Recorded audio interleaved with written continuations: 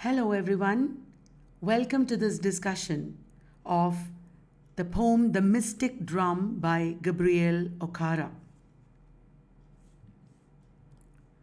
Gabriel Okara was a Nigerian poet born in 1921 and he passed away in 2019. He was not only a poet, he was also a novelist, and he was born in Bumaundi in Yenagoa, Bayelsa State in Nigeria. Nigeria dominates all the other African nations in literature and culture. Okara was largely a self-educated man, and he became a bookbinder after leaving school and soon began writing plays and features for radio. In 1953, his poem The Call of the River Nun won an award at the Nigerian Festival of Arts. It is about the river Nun. Some of his poems were published in the influential periodical Black Orpheus, a very major periodical in which a lot of African writers were involved. And by 1960, Okara was recognized as an accomplished literary craftsman. He was definitely the first modernist poet of Anglophone Africa. Okara's poetry is based on a series of contrasts in which symbols are neatly balanced against each other. He uses symbols, balancing one against the other in a series of contrasts. His poems show the need to reconcile the extremes of experience, such as life and death, good and evil. This theme preoccupies his verse, and a typical Okara poem has a circular movement from everyday reality to a moment of joy and back to reality again. Exactly what you see in Mystic Drum. Reality, a moment of joy, again reality. Circular movement. In both his poems and his prose, Okara drew on African thought, religion, folklore, and imagery. He drew deeply from African experiences and culture, and he has been called the Nigerian negritudeist. Okara has written a famous novel which is called The Voice. It is a remarkable linguistic experiment. You know what Okara did?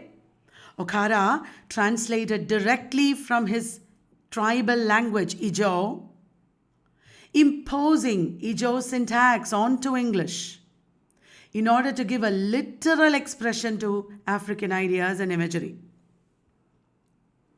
If we do that in ordinary purposes, in ordinary language, it will be called bad English.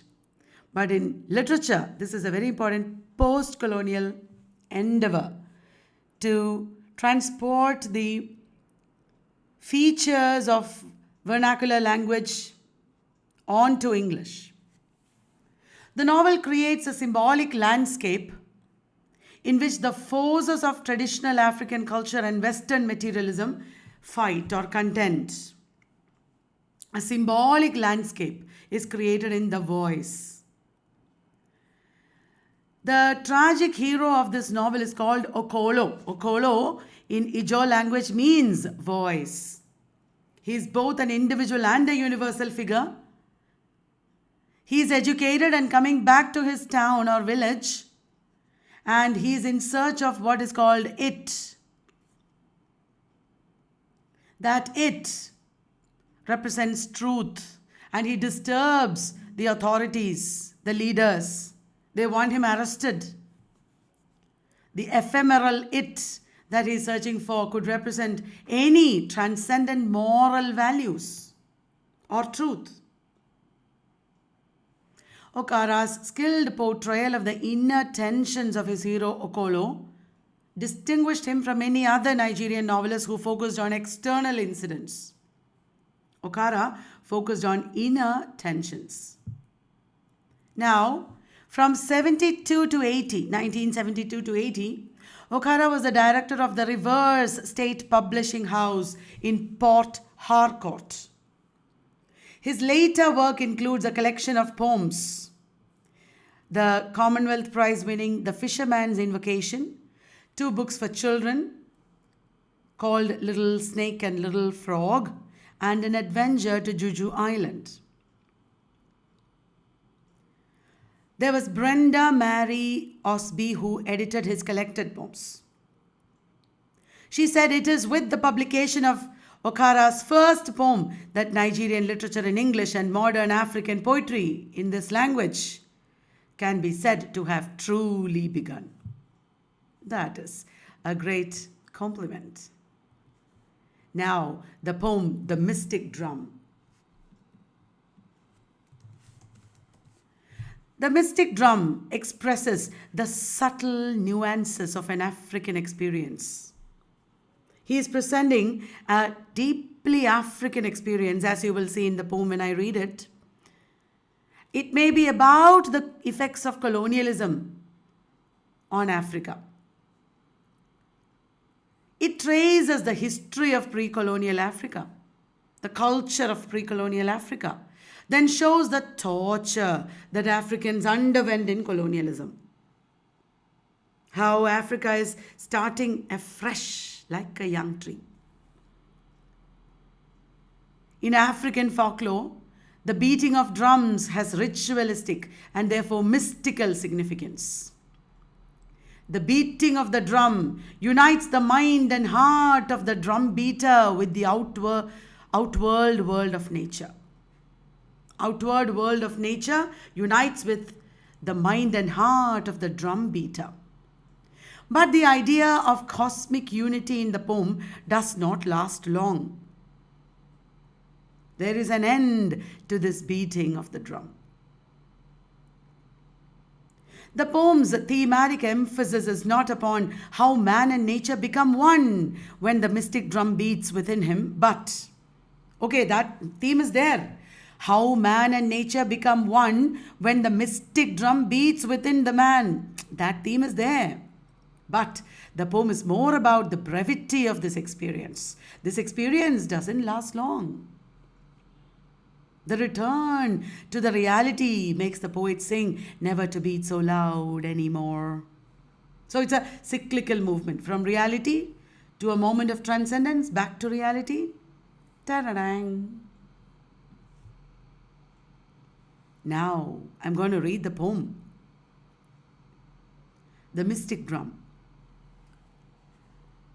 The mystic drum in my inside, and fishes danced in the rivers, and men and women danced on land to the rhythm of my drum.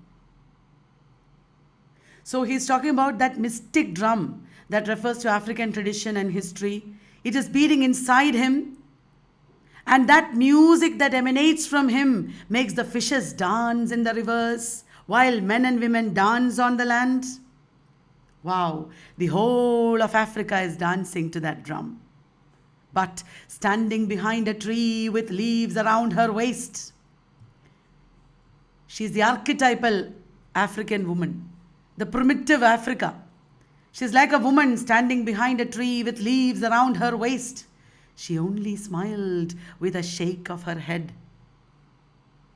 The traditional woman is standing there saying nothing, not dancing. This is the refrain of the poem. These 3 lines are repeated. Still my drum continued to beat, rippling the air with quickened tempo, compelling the quick and the dead to dance and sing with their shadows. So powerful is this drum that even the dead are awakened. Even the ancestors who are no more are dancing to the music of this mystic drum. Rippling the air with quickened tempo. The tempo is quickening. The past, present and future are all getting united. Look at the compelling beat of the drum. But standing behind a tree with leaves around her waist, she only smiled with a shake of her head. That is the refrain. She is standing there and only smiling. Is this woman a real woman whom the poet loved? Is this woman Africa? Is this woman Western imperialism? All these meanings are there. Then the drum beat with the rhythm of the things of the ground and invoked the eye of the sky, the sun and the moon and the river gods. And the trees began to dance, the fishes turned men, and men turned fishes, and things stopped to grow. When the drum beats reached that peak rhythm, everything changed, everything stopped. The sun, the moon, the river gods, the trees, everything is dancing. It is like a frenzy. It is like an intoxication. You leave your body, you leave your identity, you become one with the cosmos. It is so beautiful. It is so powerful, this mystic beat of the drum. Everything stops and listens to that music. But standing behind a tree with leaves around her waist, she only smiled with a shake of her head. Okay, she is still standing there. And now what happens? And then there is a turn in the poem. It's like a volta. And then the mystic drum in my inside stopped to beat.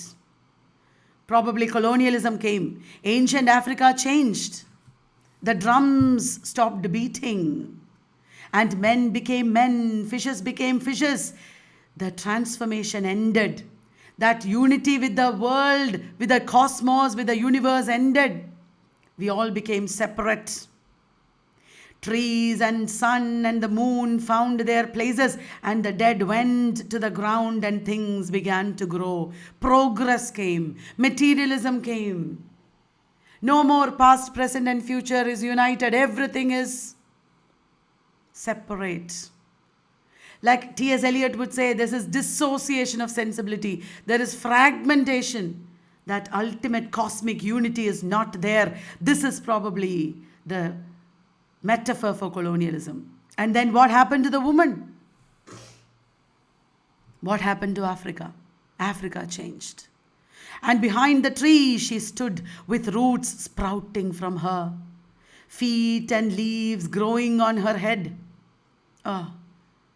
Feet and leaves growing on her head.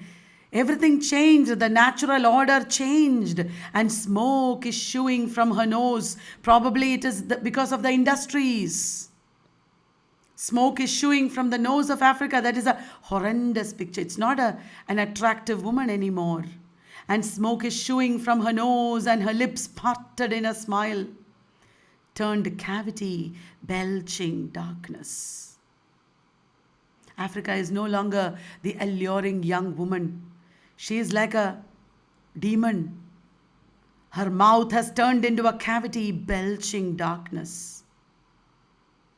She is like dead. She is like a ghost.